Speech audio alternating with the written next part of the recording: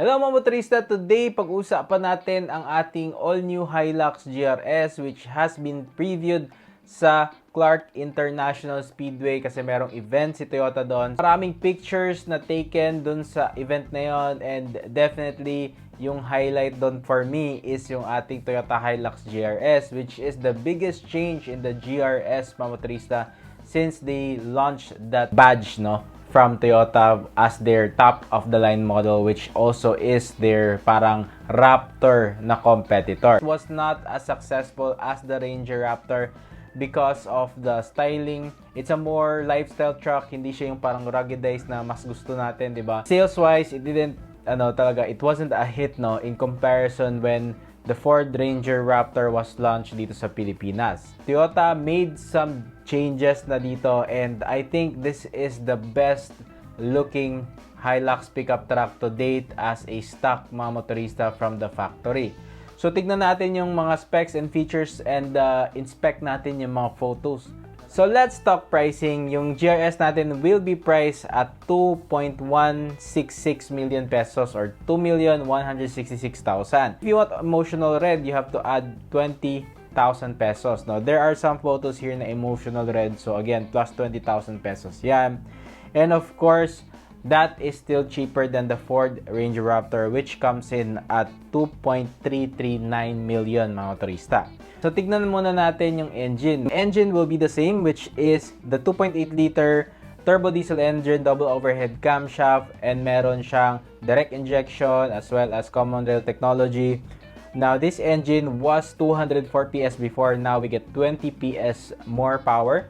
So now it is a 224 PS bump in performance, and yung torque din natin has a bump of 50 Newton meters. That's quite significant number mga motorista. So kung iisipin nyo, yung ating Ford Ranger Raptor only is 210 PS lang yung kanyang max output, and yung ating torque nun is 500 Newton meters lang. So kita nyo na again, lamang na si Toyota when it comes to power outputs.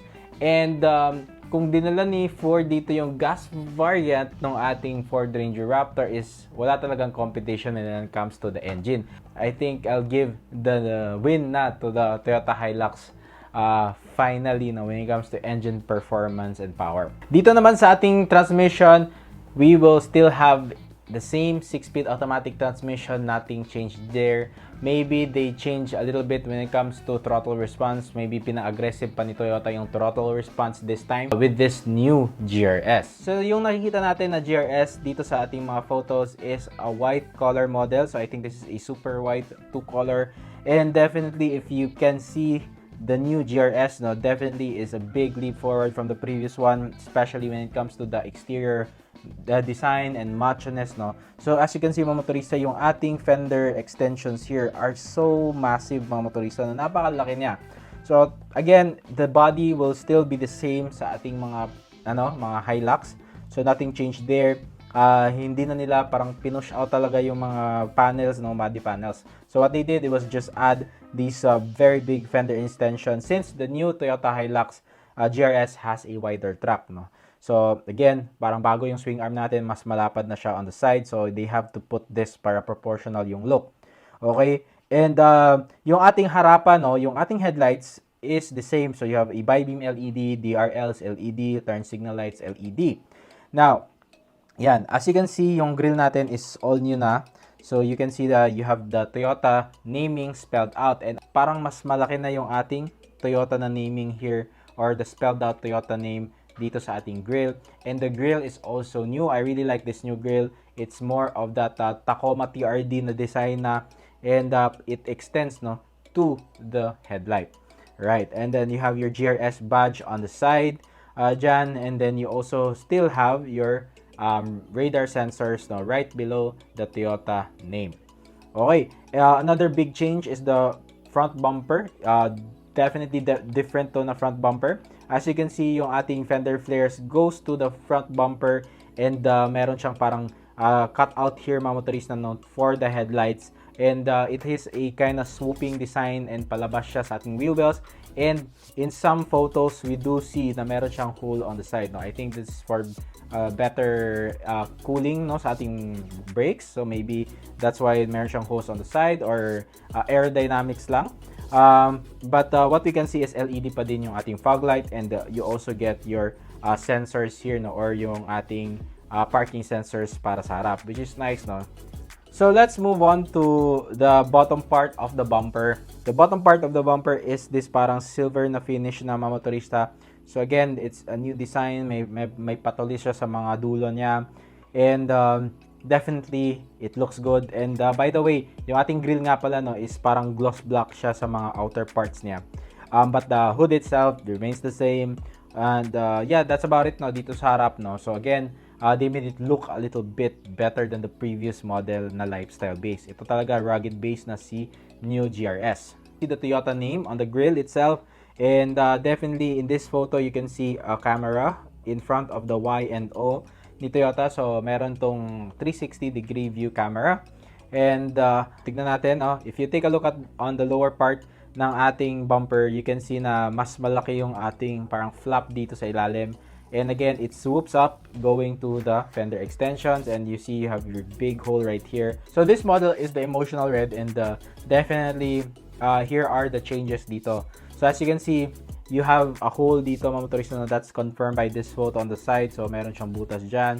And blacked out yung ating Hilux na name on the doors dun sa sa driver side. And you can definitely see na meron tayong bagong I'm not sure if you can call it a sports bar, pero it's a more parang aerodynamic part siya ng ating Hilux, parang design lang siya. So I really think that's really nice add-on for the GRS. Okay, so dito naman sa likod, you can see na meron tayong Toyota name here on the corner.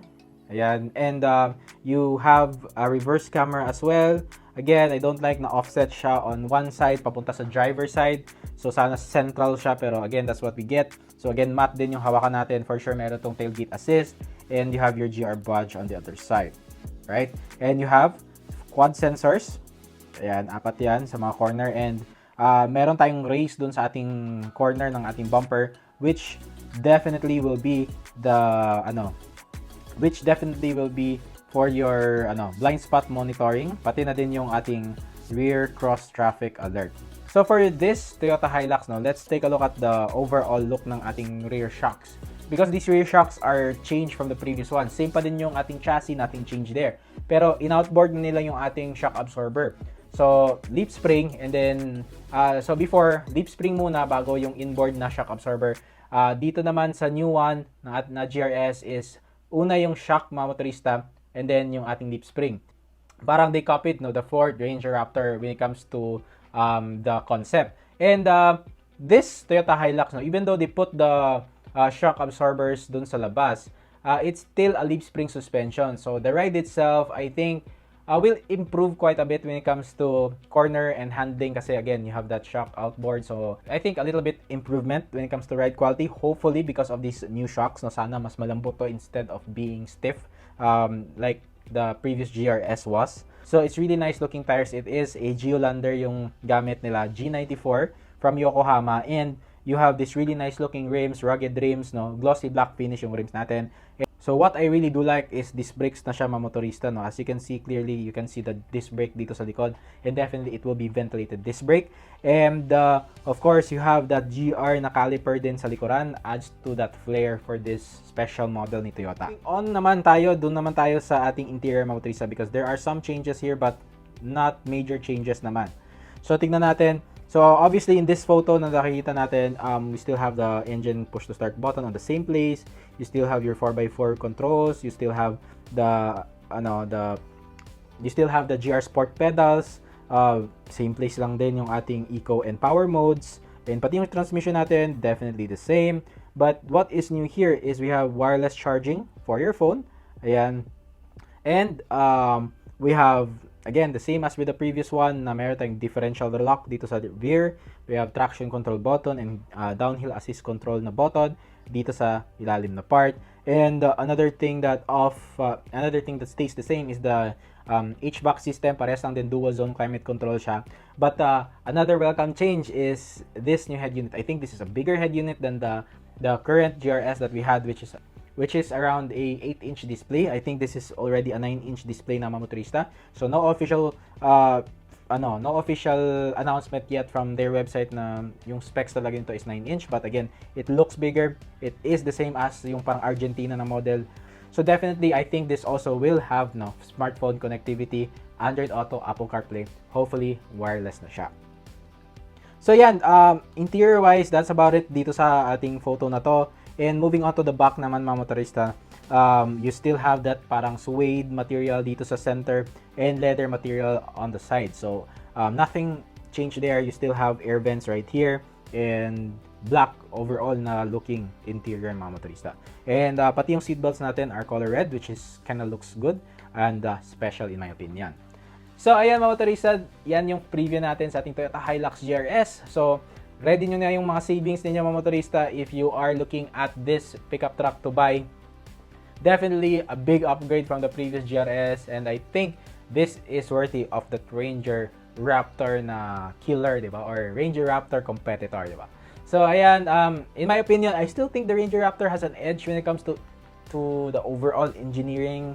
When it comes to the Raptor part, that is already under second generation. I think Toyota's done a good job when it comes to their fans of the Hilux to give us this GRS, which is quite nice to look at and also menacing on the road as well.